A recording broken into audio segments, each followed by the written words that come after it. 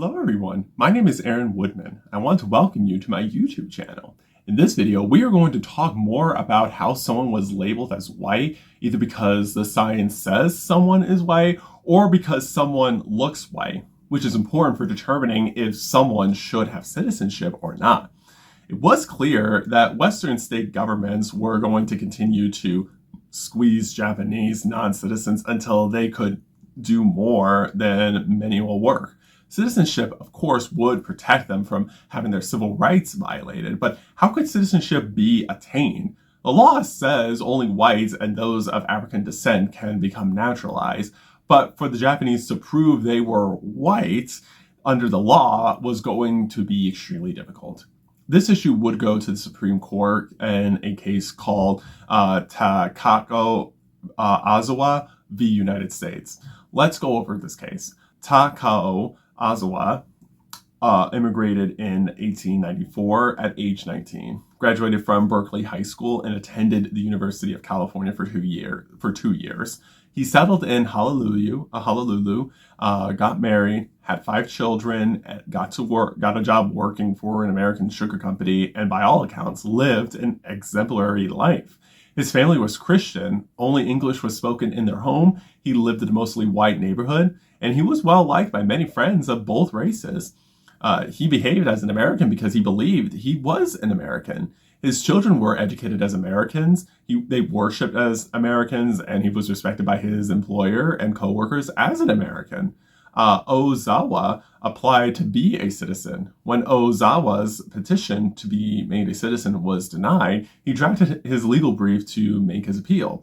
He wrote, quote, "In name, General Benedict Arnold was an American, but at heart he was a traitor. In name, I am not an American, but at heart I am a true American," unquote. But the central point of his argument was a unique assertion.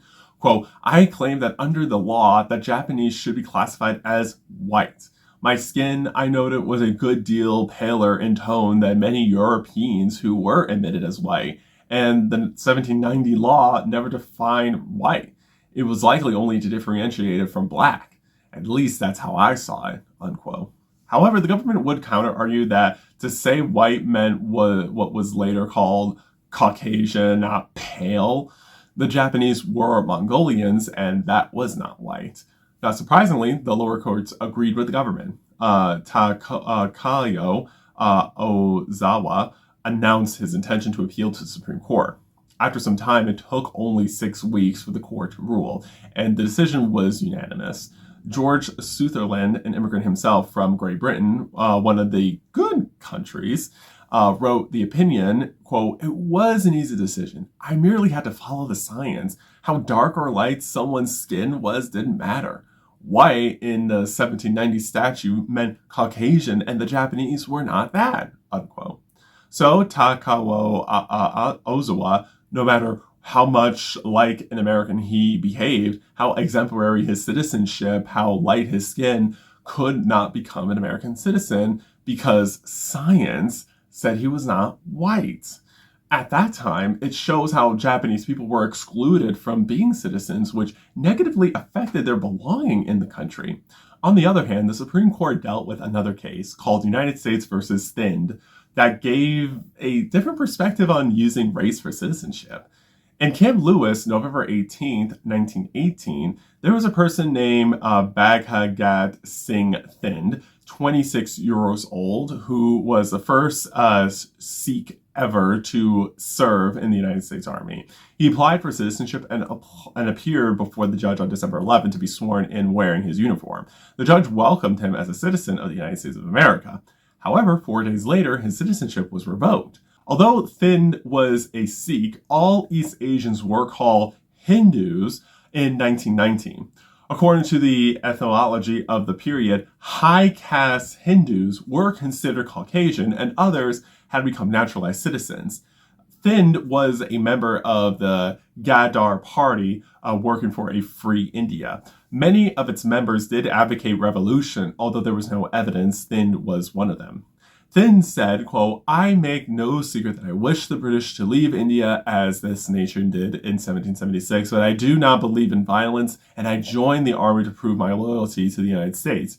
As I have been saying, even though my skin may be dark, I am white under the law," unquote. The challengers did not think he was white and decided to take this to the Supreme Court. On February 21st, 1923, the Supreme Court handed down its ruling in United States versus Thin. Once again, the ruling was unanimous, and once again, the opinion was written by Justice Sutherland. He said, quote, "The case was obvious. When the founders were drafting the law, they meant whites as they understood it. There were many other examples to choose from. If they had known about brown-skinned races, they would have been excluded too," unquote. If any of this sounds confusing to you, well, you are not alone in thinking that. The confusing part is that the science says Thin was white, but he did not look white. Takao Ozawa could not be a citizen no matter what his skin color was because science said he was not white, and Bahagat Singh Thind could not be a citizen no matter what science said because he did not look white. Again, it does not make sense and is not consistent. Still, it did not matter to the bad actors who wanted to exclude immigrants they believed were not white. Having consistent and logically structured arguments did not matter to the bad actors because, well, they only sought narratives that were convenient to them to exclude non-white immigrants. You can essentially see the bad actors changing the methods for classifying someone's race. But that is the thing. Race is not a biological thing, but rather a social construct. While physical traits like skin color have a biological basis, grouping people based on distinct races was about establishing social hierarchies to establish who is superior and inferior. By having these hierarchies, it would be used to justify excluding certain people because they were seen as inferior to another group. So when you see this inconsistent and confusing narrative on if someone's race needs to be proven by science or by looks, it is mainly due to bad actors changing the narratives to fit their exclusionary actions. Since race is not biological but instead a social construct, the way it is defined and applied can be changed in any way bad actors want. In this case, it was to keep excluding non-white immigrants and have the identity be a white majority country. In the next video, we will go over another immigration restriction legislation called the Johnson-Reed Act. Until then, please like this video, subscribe to my YouTube channel, and turn on the post notifications so you will be notified when I post my next video. I appreciate your support. Remember, you are powerful, you are capable, and you are the change maker our society needs. Thank you so much for watching this video. I will see you soon.